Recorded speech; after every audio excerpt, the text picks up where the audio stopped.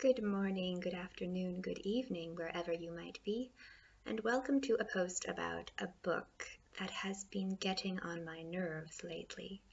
A few videos back, I talked about the Midnight Library.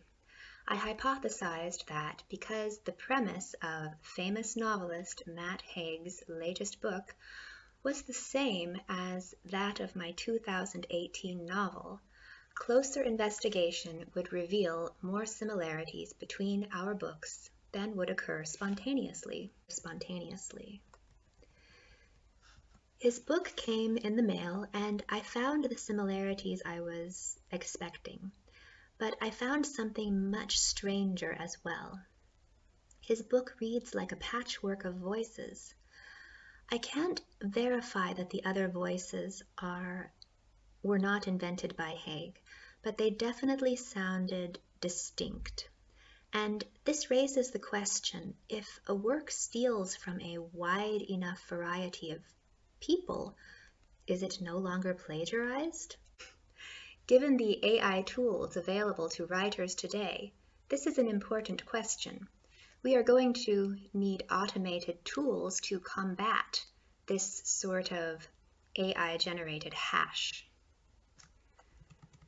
If certain insider authors have access to a sort of vampire octopus self-sorting database that feeds off of literary industry email systems, there would be a lot of works out there constructed in this manner.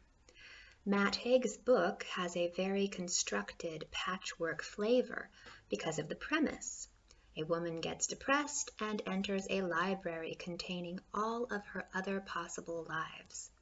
How easy would it be to take books written by actual women, to take chapters of books written by actual women who were perhaps rejected by literary agents, then spin those chapters and string them all together within this premise. I'm not suggesting that this is what Matt Haig did, since I have no knowledge of his methods.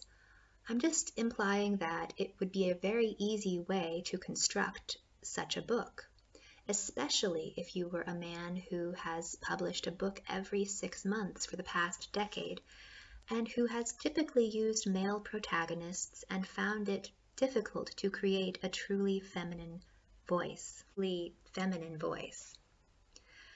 From the Midnight Library's marketing materials, I gathered that the book would have the following elements.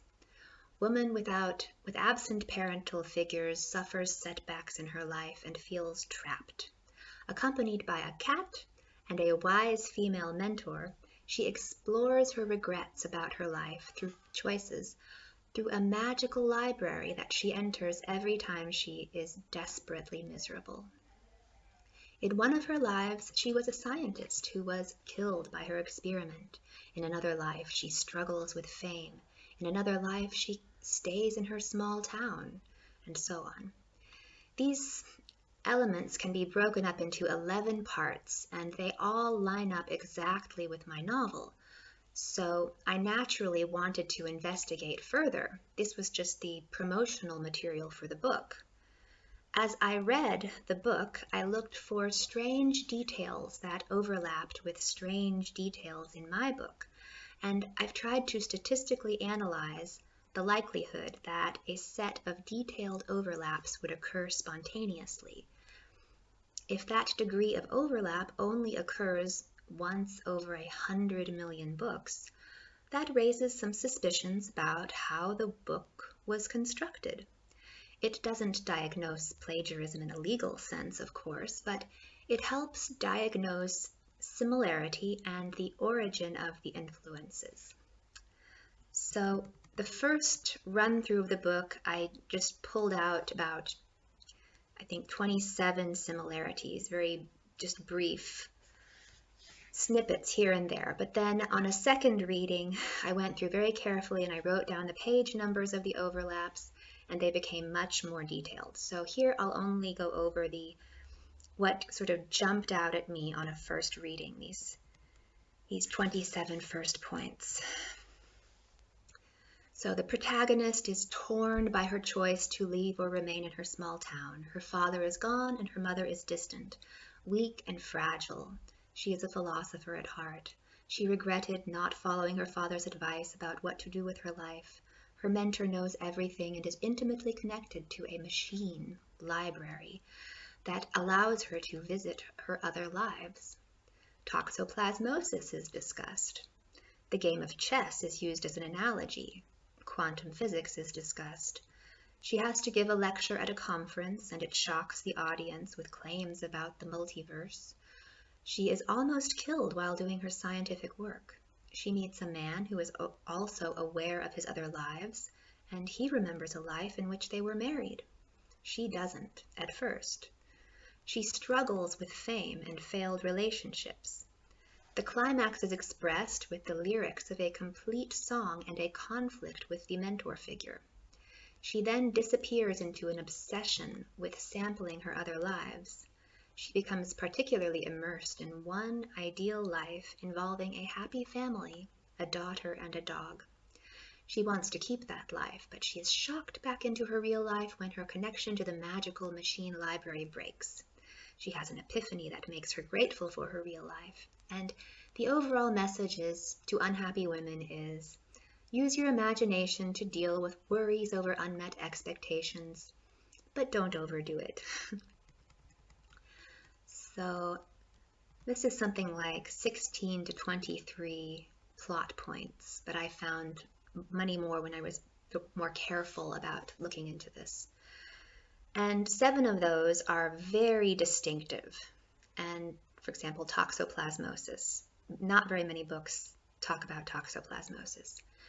This creates a unique barcode of overlap if you compare it to all other novels using a simple search algorithm that turns up keywords or baskets for a set of documents or items.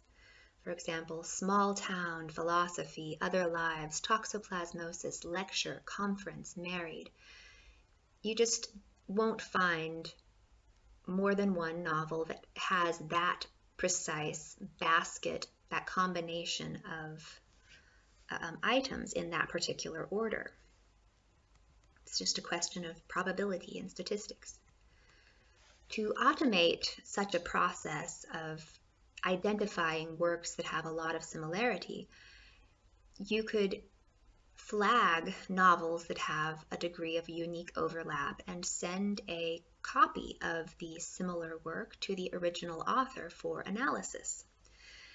That author could provide a longer list of overlapping plot points and a statement about whether or not the plot points appear in mostly the same order and whether or not she thinks that if her book has been copied. So the order of the points I just listed was mostly the same as in my novel, but there were a few minor substitutions in which the plot point needed to be moved to a different location in the sequence. And with those substitutions, one might estimate the uniqueness of a certain sequence by calculating its length factorial. So 16 factorial, if I divide that sequence up into 16 categories or 16 points. And I noticed that such a number is far larger than the 130 million books or 5 million English novels ever 130 million books or 5 million English novels ever produced. For a frame of reference, 5 factorial is just 100, 8 factorial is 40,000, and you will find lots of books that have the same 8 sequential plot elements.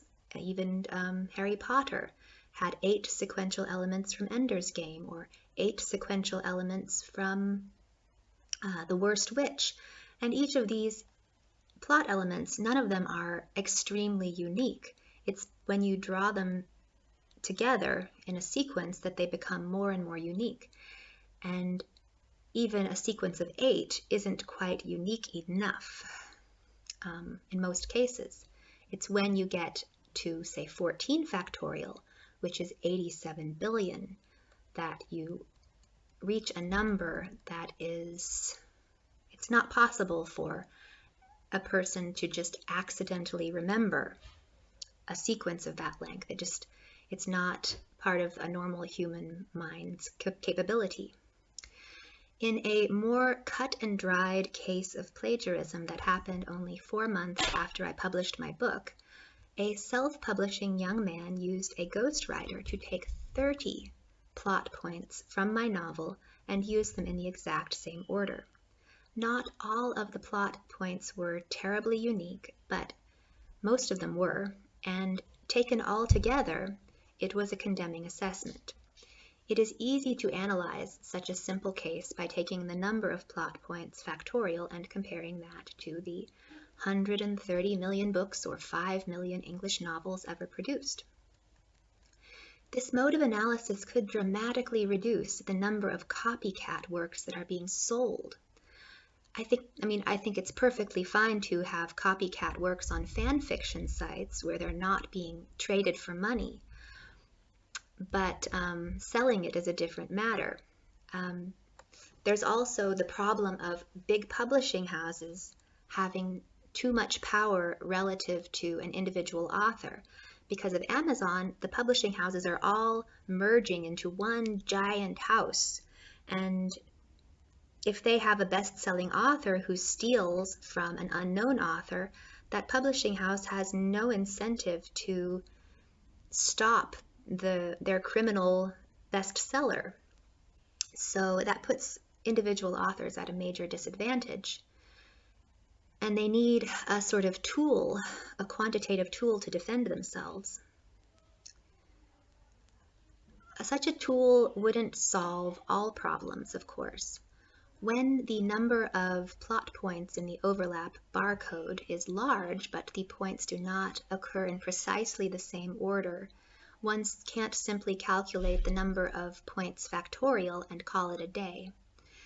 It's possible for someone to take another author's world building in such detail and write another, say, the same story from a different perspective, and that can also be very painful for an author to see, because you create a sort of memory palace when you build a world for a book, and if it's really unique, as in the case of, say, Star Wars or Dune, sandworms and extremely smart sand slugs, there are important issues of how much you can take from another work.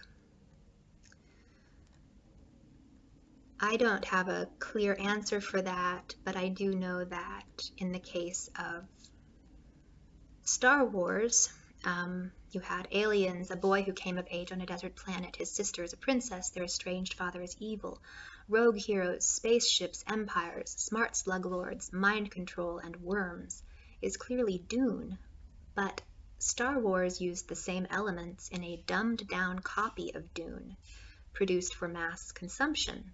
And they were mostly in the same order, but there was, there were some things changed.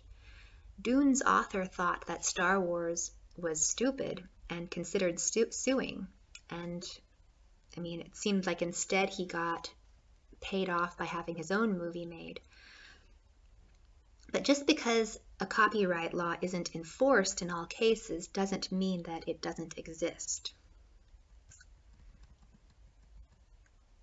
So in Matt Haig's book, The Midnight Library, I see evidence of an author who constructs his work by drawing from that of other authors.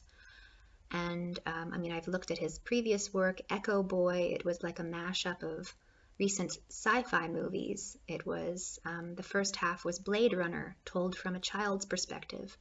The middle was Jurassic World, mixed with a little bit of Gladiator, and then it concluded with a bunch of scenes from The Island. So, people will say all authors do that, but he also, in his previous novel, How to Stop Time, he took 12 sequential plot, a unique plot sequence from a book by Claire North.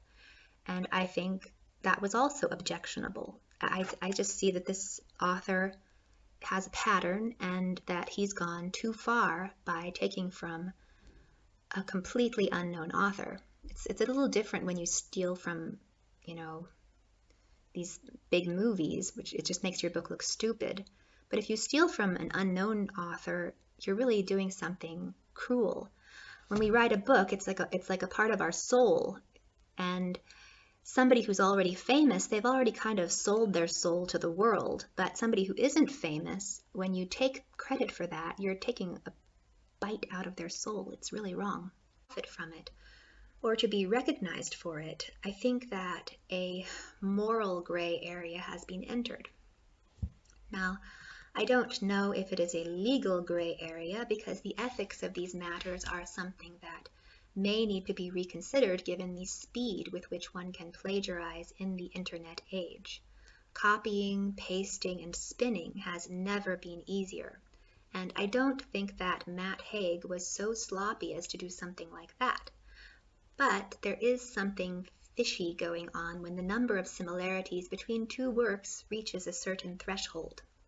Perhaps the fishy smell comes from a vampire octopus on the internet that feeds off of our ideas and is being used to collect regular people's unpublished work and spin it into something fresh and new that elites can pass off as their own.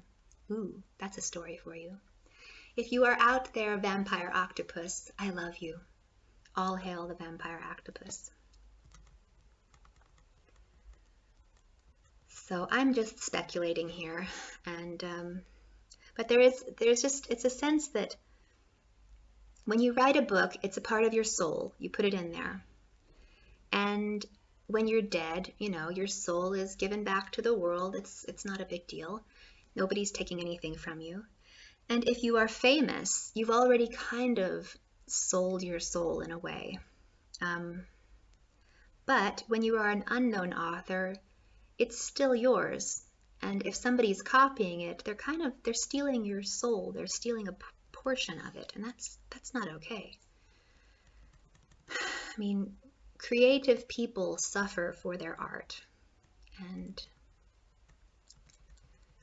But in any case, I'm doing fine. And this last summer, my family went swimming at a small lake, and it was very nice. And while I was there, I read Matt Haig's The Midnight Library and just wondered at all of the similarities with the book I wrote back in 2017 and published in 2018. And I decided that my version of the story was far better and that it looked like Haig had rebuilt my story out of Legos and placed it in a boring environment and gave it a thin coating of paint to make it look more like works everybody already knows, like The Never-Ending Story and It's a Wonderful Life. I mean, I took inspiration from that, surely because I saw those movies as a kid, but I gave it a twist. I added new meaning to it. In contrast, he took my unique story and gave it a twist in the opposite direction to remove meaning, which I don't like. That wasn't nice to see. I mean, I think you can, yeah. In a chromosomal sense, Haig's book centered around a sizable chunk of my intellectual genome, with a couple of genes spliced in from It's a Wonderful Life and A Never-Ending Story. And I think this might be against the rules, because when Katy Perry created a genetic crossbreed between a song she wrote and a song another band wrote, she lost her case. And similarly, if one company steals a novel genetic sequence from another and inserts that into their product, they can also get sued. So I'm looking forward to discovering all of the legal precedents that have been made about these issues and all of the different countries. You've got the EU, you have Britain, you have the US. It's a very complicated field, and I kind of feel like I was given a job I didn't ask for. But, beggars can't be choosers. I won't complain. Thank you for watching, and I hope you enjoyed learning something about, I don't know, how books are copied today and where we might want to put limits on how much we can copy from other authors. Thanks.